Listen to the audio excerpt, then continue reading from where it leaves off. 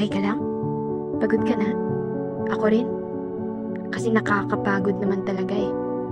Pero kakayanin. At alam kong kayang-kaya mo rin. Nako, ikaw pa ba? Kaya mo yan.